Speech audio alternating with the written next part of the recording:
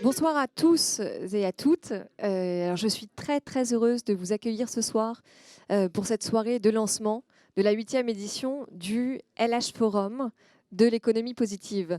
Alors pendant 2 jours, on va vous faire découvrir des hommes, des femmes, des organisations qui ont fait le pari audacieux de placer l'humain et l'intérêt des générations futures au cœur de leur modèle. Et vous allez voir que ça existe et que ça fonctionne. Et on va commencer dès ce soir avec vous. Alors ce forum, il existe, enfin il ne peut exister évidemment que grâce au soutien de partenaires précieux. Et je tiens à remercier l'OGEO Seine-et-Estuaire ainsi que Mathias particulièrement de leur soutien précieux, de nous accueillir ce soir dans cet endroit inspirant. Et nous allons évidemment passer un moment ce soir à découvrir des personnes qui vont vous présenter des projets qui illustrent parfaitement ce qu'est l'économie positive. Et je vous invite évidemment à partir de demain, 9 heures, à nous rejoindre au Volcan, puisque l'ensemble des conférences sont gratuites et ouvertes au grand public. Merci Audrey. Merci. Bonsoir à tous. Donc, je suis Mathias Lévy-Noguer, je suis le président du directoire de l'OGEO Seine-et-Estuaire. Je suis très heureux de vous accueillir tous ici, très heureux d'accueillir le LH Forum. Je remercie vraiment toutes les équipes du LH Forum et de l'OGEO qui ont rendu possible cette manifestation. Donc c'est la deuxième fois que la soirée de lancement du LH Forum se tient ici et on est vraiment très heureux de l'accueillir. Et puis il faut savoir quand même qu'entre le LH Forum et l'OGEO, c'est une histoire déjà qui est de longue date. Déjà, nous sommes partenaires depuis longtemps du LH Forum et nous en sommes très heureux. Donc vous êtes ici chez l'OGEO Seine-et-Estuaire. 2 mots, l'OGEO Seine-et-Estuaire, c'est une entreprise sociale à but non lucratif qui travaille dans le domaine de l'habitat, sur tous les segments du logement abordable, le logement locatif, le logement à l'accession, le syndic, la vente. Donc on intervient sur tout l'axe Seine, du Havre à l'Île-de-France. Et nous avons donc une mission d'intérêt général autour du logement abordable. Et vous êtes plus particulièrement ici à notre siège social, et vous êtes au rez-de-chaussée du siège social, ce qu'on appelle le 139.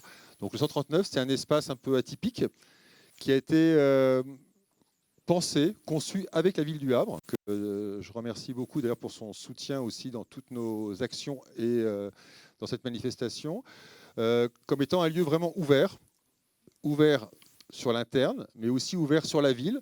Et c'est un lieu qui est dédié à l'économie sociale et à l'habitat en général. Donc on est vraiment dans un lieu ressource. Vous verrez, vous pourrez le découvrir avec un espace de coworking, un incubateur, cette salle comme ça de meet-up là, qui va nous réunir. Donc on est sur un lieu qui vit très bien maintenant et qui est un lieu très riche et très inspirant pour reprendre l'expression d'Audrey.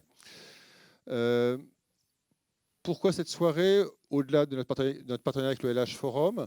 C'est vrai qu'on a une vision de notre mission, nous, sur l'habitat qui est extensive, hein. On pense logement, mais on pense aussi tous les impacts liés à l'habitat en général, donc la dimension environnementale, la dimension sociale, et puis aussi le vivre ensemble et bien sûr le bien-être des habitants.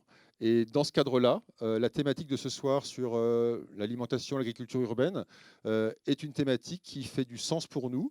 Et d'ailleurs, vous allez voir que ce soir, nous aurons entre autres l'occasion de présenter le résultat d'un appel à projet que nous avons lancé sur cette thématique de l'agriculture urbaine. Je ne vais pas être long, mais je vais juste simplement expliquer, faire un petit clin d'œil à quelqu'un que tout le monde connaît, qui s'appelle Édouard Philippe, parce que je pense que si ce soir on parle d'agriculture urbaine, c'est beaucoup grâce à lui. Une des dernières choses qu'il a faites, je pense, avant de quitter Le Havre, c'était vraiment la veille de son départ, c'est qu'il a pris contact avec mon prédécesseur qui s'appelle Dominique Giry. Il l'a appelé puis il lui a dit, écoutez Dominique, il y a un sujet dont je vous ai jamais parlé, là je pars, mais ça serait bien que vous le regardiez. C'est que vous, le Géo, vous êtes propriétaire de terres agricoles à Épreux-Ménil, qui ne seront jamais constructibles. Et il faut savoir que ce sont les dernières terres agricoles du Havre. Et moi, je trouverais intéressant que vous y réfléchissiez, parce que ça a du sens. C'est la dernière exploitation agricole du Havre. Il y a sûrement un truc à faire. J'ai aucune idée. C'est comment il fait. Hein. J'ai pas d'idée, mais il y a un truc à faire. Réfléchissez. Et puis après, il est parti. Et donc, nous, on s'est dit, bon, on va réfléchir. On va réfléchir. Et donc, on n'y connaissait vraiment rien.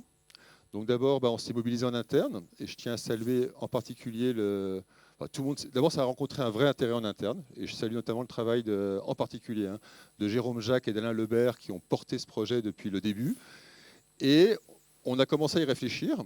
On a réuni ici, il y a un peu moins d'un an, les acteurs du territoire qui connaissent ces sujets-là. On a fait une belle réunion ici avec plein de spécialistes de l'agriculture urbaine, de l'agriculture maîtrisée, etc. Et on a vraiment réfléchi avec eux et on s'est rendu compte que ces terres agricoles dont on était propriétaire, il y avait un vrai potentiel et il y avait matière à lancer un vrai appel à projet pour faire quelque chose de très innovant dessus. Et c'est ce qu'on va voir tout à l'heure. Et donc voilà, le petit stimulus qu'on a eu pour se lancer là-dessus, alors qu'on n'y aurait peut-être pas pensé, c'est à Edouard qu'on le doit. Donc il faut le saluer. Je ne vais pas être plus long, je vais passer immédiatement la parole à Jérôme Jacques, voilà, il est là, qui va vous présenter plus en détail justement des démarches sur Épreuménil.